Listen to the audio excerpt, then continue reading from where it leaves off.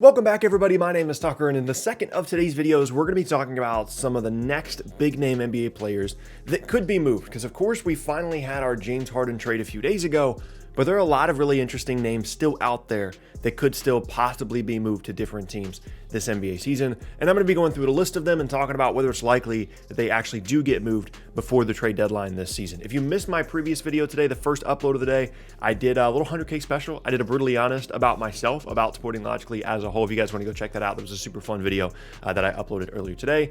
Other than that, all the normal stuff, like the video, subscribe if you're new, and check me out at various socials at the bottom of the screen. There's a link train down in the description below. With all those things said, let's go ahead and get started. So first up, let's get the obvious one out of the way. Bradley Beal. Is it at all likely that he gets moved before the trade deadline this season? Initially, when the season started, I thought that it was almost guaranteed that Bradley Beal was going to make it through the entire season as a Washington Wizard, because they clearly were trying to make it work by bringing in Russell Westbrook, getting a more sure thing player in Westbrook, rather than someone like John Wall, who we don't really know what the relationship was like between those two players on the court, as well as just being a little bit more uncertain in his health and his overall ability to come back and be a good player. They go out, they make the Westbrook move, and I'm thinking this is a playoff team in the East. Beal should be at least relatively happy for at least this season.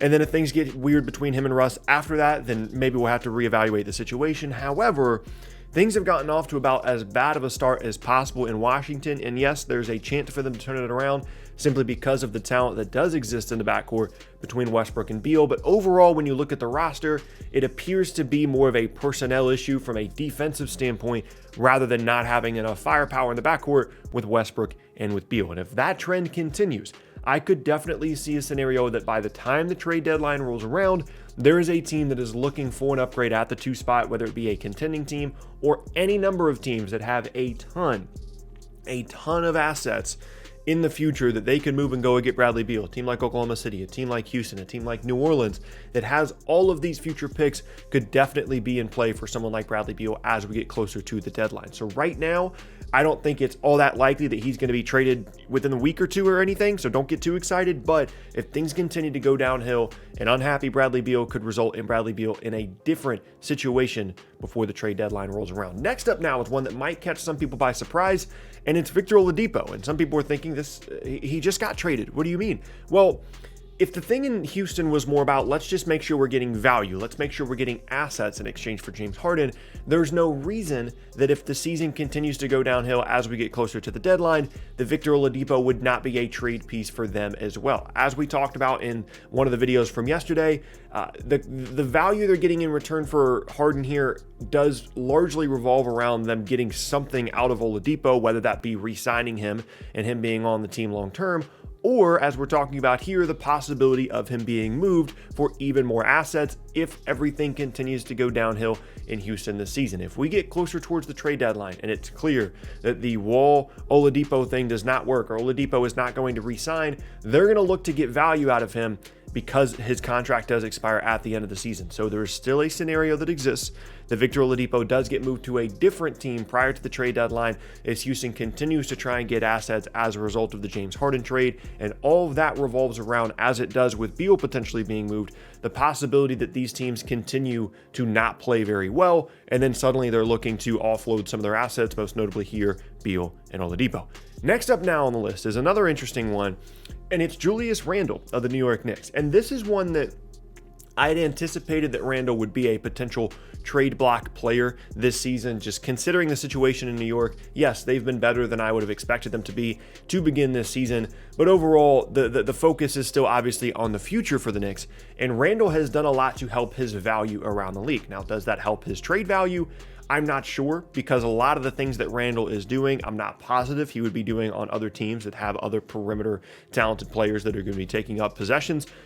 He's got the ball in his hands a lot. He's creating a lot. He's shooting and scoring a lot, and that's great for New York, on a team that has one of the worst offenses overall in the league. But if you're a contending team and you're looking for a piece to add, Julius Randle is not going to come in and take 20 shots per game. Now, depending on the situation you want to put him in, he could be an awesome awesome bench weapon, specifically for those teams in the Western Conference that are understanding that it's going to be really tough to go against the Lakers when they decide to go quote-unquote small, but it's still very big. With Anthony Davis at the 5 and LeBron at the 4, maybe a Julius Randle is someone you can bring in to play at that 4 spot to potentially counteract one of those lineups, at least from a size perspective. Maybe that's a consideration for some of these Western Conference teams. So he's an interesting one to keep an eye on. He certainly has had a very, very good season so far, and there's motivation for New York to move him if their season does go downhill at any point.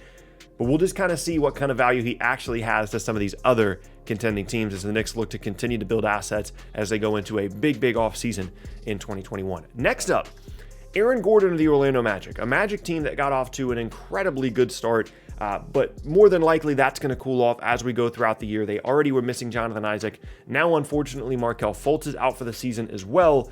And when you consider just the overall look of this roster, it's possible that maybe it's time to start focusing on a little bit more of a long-term view around Isaac and Fultz once they do return, as well as some of the other young guys on the roster. And not that Aaron Gordon is not a young player, but when you're looking for value, looking to retool the roster, the first place you're probably going to look here in Orlando is Aaron Gordon and then Nikola Vucevic, which you can kind of put along here as well. I don't feel the need to talk about these guys too much here, but for Gordon specifically, he certainly has plenty of tools that would be valuable to a contending team. In contrast to Randle, I feel like there's a scenario in which a contending team goes and gets Aaron Gordon, and he is this multifaceted, versatile, two-way player that maybe he hasn't had a ton of opportunity to show in Orlando because he's had to do way more offensive stuff than maybe he ever should have had to do. But if he can commit to that, he can be a really, really nice, interesting piece for a contending team.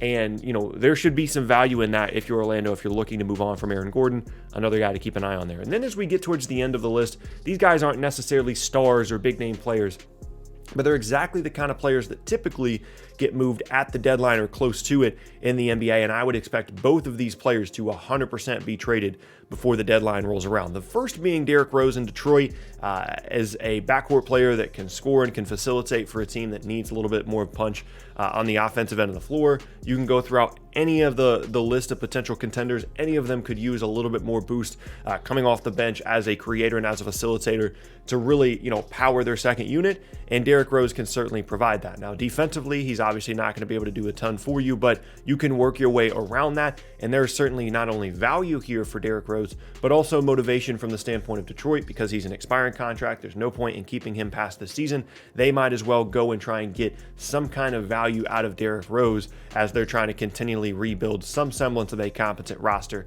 there in Detroit that hopefully, fingers crossed, does not involve them bringing in any more big guys. And now last up on the list is one that I'm kind of surprised has not been moved to this point, and it's PJ Tucker. Obviously still being in Houston after the James Harden thing.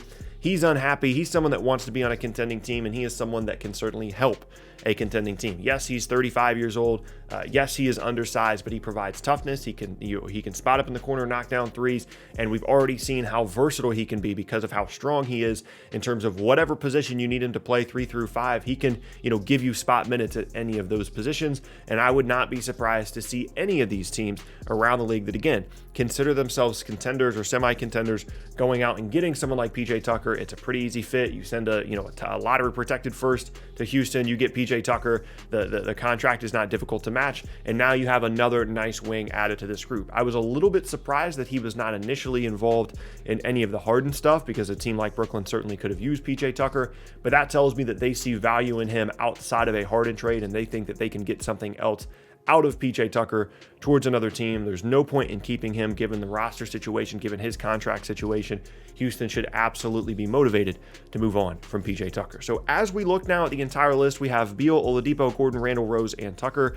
The one that I would say is least likely to be moved would probably be Aaron Gordon, followed by probably Oladipo, just because, it's such a short time span in which to evaluate Oladipo, as well as the fact that other teams that are trading for him are doing so with the understanding that it's possible that he could leave in free agency just like he could leave the Rockets in free agency. And Gordon is on a longer term contract. It's possible that the Magic just want to keep him, continue to build around the younger guys, and he is, still a young player. The other four guys, I wouldn't be surprised at all if they do get moved. Beal, we're really going to have to pay attention to what happens there in Washington, because it would be a pretty drastic turnaround to go from we got Westbrook, everything's going to be fine, to Bradley Beal wants to be traded halfway through the season. So keep an eye on all these guys, as they could potentially be the next big name, the next stars, the next significant names to be traded in the NBA this season. But that is going to be the end of today's video, and I thank you all very much for watching. Once again, my name is Tucker. If you missed any of my previous videos, then be sure to check out the boxes on screen. I upload twice a day, every day, all throughout the NBA season. It's a great place for consistent NBA content, and you can also leave a like rating on the video as well. Helps me out a ton, and you can check me out at various socials at the bottom of the screen. Those are in a link tree down in the description below. With all those things said, hope you guys have an awesome rest of your day, and I will see you all next time.